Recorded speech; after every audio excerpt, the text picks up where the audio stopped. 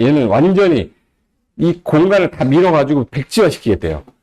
여기 제약 없이 자유롭게 개발 한번 해봐라 해서 화이트 존이 이게 도시혁신구역이야. 그래서 요 지정된 지역이 해당 지역 땅이 지정된 게 나왔다. 그런 건 절대 중개하시면 안 돼요.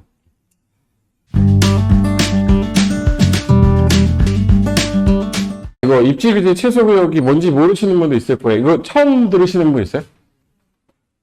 이거는 공부를 해보셨던 분들은 네, 1년, 2년 정도 됐는데 했다가 망했어요, 이거. 망해가지고 이게 제일 먼저 지정된 데가 인천이거든요. 인천에 여기 보시면 여기 입지규제 최소구역이라고 처음으로 지정된 곳이에요. 그러니까 입지규제 최소구역이라는 단어가 그동안 입지가 너무 셌던 거를 최소화시켜서 개발 한번 잘 해보겠다라고 한 곳이에요. 복합개발 해보겠다. 그래서 입지규제 최소구역으로 묶은 이유가 뭐냐면 사람들이 바글바글 모이는 곳인데도 불구하고 기능이 떨어져 있는 데를 다시 한번 살려서 올리겠다는 거거든요. 근데 우리나라에서 철도 역세권 중에서 개발이 제일 안 된 지역이 인천역이에요. 인천역 가면은 진짜 막 70년대 느낌 나요. 그런 지역이 사람 그렇게 많이 왔다 갔다 하는 곳인데 기능 떨어져 있으니까 그 차이나타운 바로 앞에 있는 거. 여기 인천역이거든요. 여기 보세요. 이것만 딱 봐봐. 느낌이 여기 무슨 할아버지가 애 손 들고 내려오는 그 느낌 나는 그런 곳이에요. 옛날 영화 찍을 때도 여기서 찍었단 말이야. 기존에 이제 여기는 이제 인천역이지만 이거 위로 올리면 위에다가 식당도 만들고 여기다 영화관 만들고 쇼핑몰 만들고 호텔 지어서 기능을 한번 살려보겠다라고 맨 처음에 도입을 했던 거예요. 그래서 대상 지역은 사람들이 많이 모이는 지역을 대상으로 해서 묶어버리겠다. 묶어가지고 기능을 한번 올리겠다고 했던 건데 여기가 뭐라고 써있는지 한번 봐보세요. 뉴스에 나온 건데 인천역 일대 입지 규제 취소구역 지정 추진에서 15년도 11월 달에 요거 나왔을 때 인천시가 인천역을 복합역사로 개발하기 위해서 한 2만 제곱미터 정도를 최초로 입지규제 최소구역으로 지정하는 도시군 관리 계획을 위반했다. 여기 해당 지역이 여기가 인천역이 2종 일반 주거였거든요.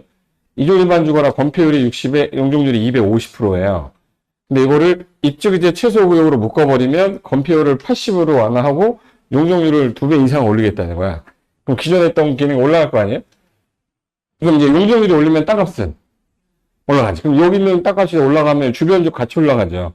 그러니까 그랬을 때 가장 문제가 되는 건 기반시설인데 이걸 지정해가지고 이제 막 하다 보니까 뭐가 문제였냐면 여기죠. 역세권 주변에는 주거 비율이 정해져 있는데 주거 비율을 맞추다 보면 수익률이 안 나오는 거야. 그래가지고 저 상태로 한 4년이 갔어요. 그러다가 이번에 없애. 그래서 8월 달에 이거 없어지고 새로 들어간 게 용도구역이 3개 생겼어요.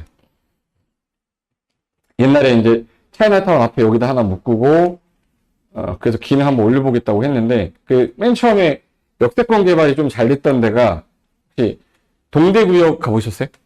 동대구역 가면 신세계 백화점 어마어마 큰 거 있는데 거기가 역세권 개발을 잘했던 지역이라 저런 것처럼 만들어 보고 싶다라고 했는데 이 역세권 주변에는 주거 비율이 안 돼.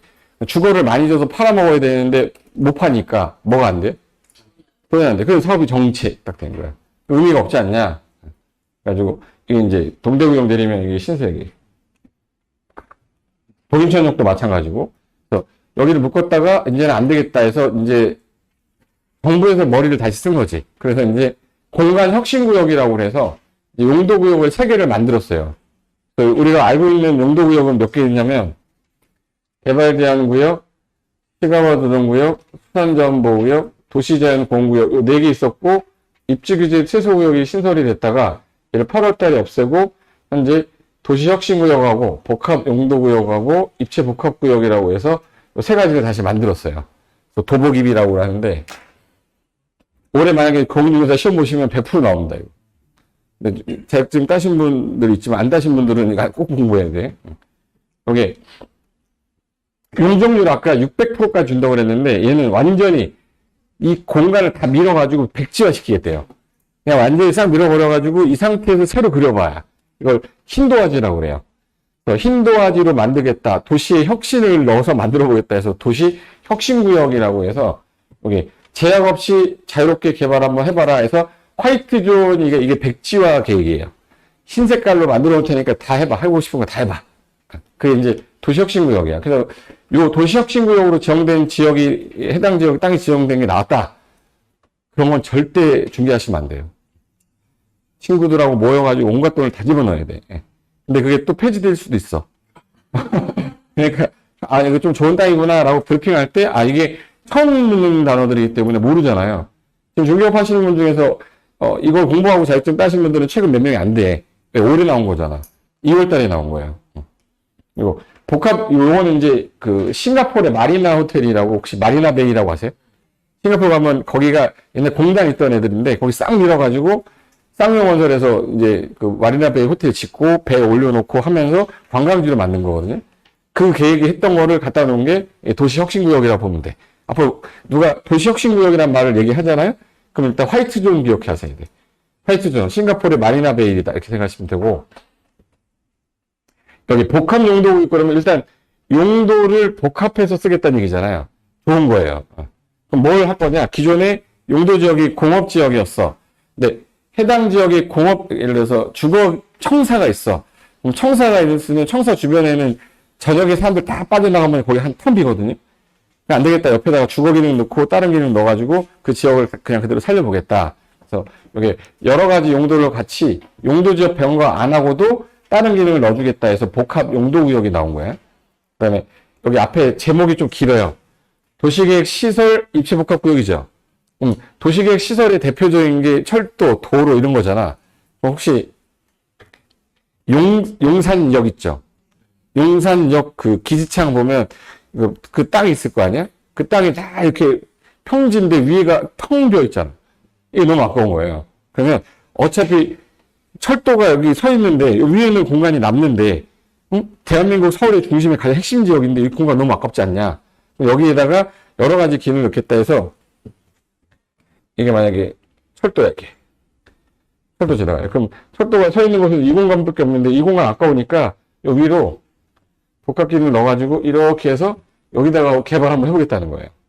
그래서 입체 복합구역이라고 만든 거거든요. 어떤 나라 가면 아파트하고 아파트 사이에 지하철 지나가는 거 본 적 있어요? 그런 기능이야. 철도 지나간다고 개발이 안 되는 거 아니잖아. 지하나 지상 권리가 있는데 철도 지나간다고 해서 이거를 다 날려버리고 아무것도 없게 하는 건 아깝다. 해서 도시계획 시설을 복합해서 밀도를 좀 완화해주겠다라고 도입한 게 도시계획 시설 입지 복합구역인데 얘가 이제 제일 핵심이에요. 도시혁신구역이. 무슨 존이라고 그랬지? 화이트존이에요.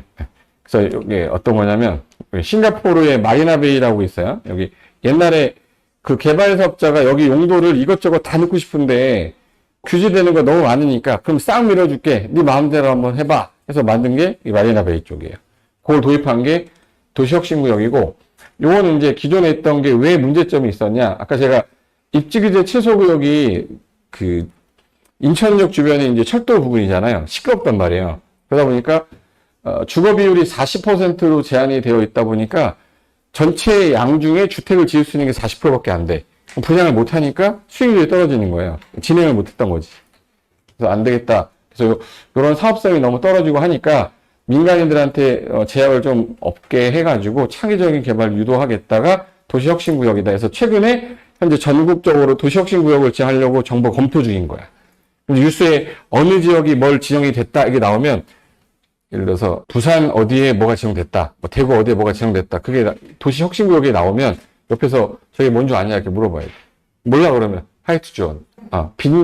완전히 백지화 계획을 다시 짜겠다는 거예요. 그래서 도시혁신구역이 지정되면 규제 자체가 1500%까지 완화되면 중심상업지역보다 더 좋아지는 거예요.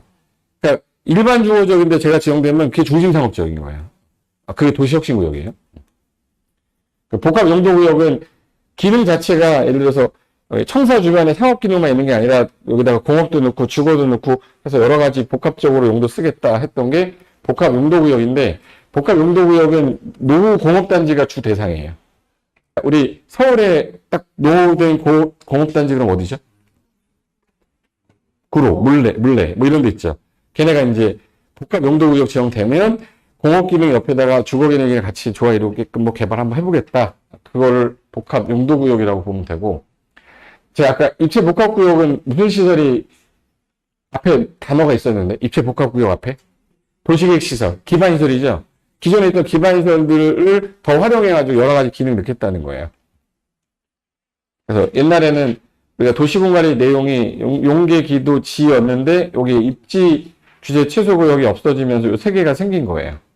그래서 이제 옛날에 그립잖아. 용계기도지 입 돌아갔네 뭐 이거 했었잖아. 근데 지금은 아 요게 좀 바뀌었구나.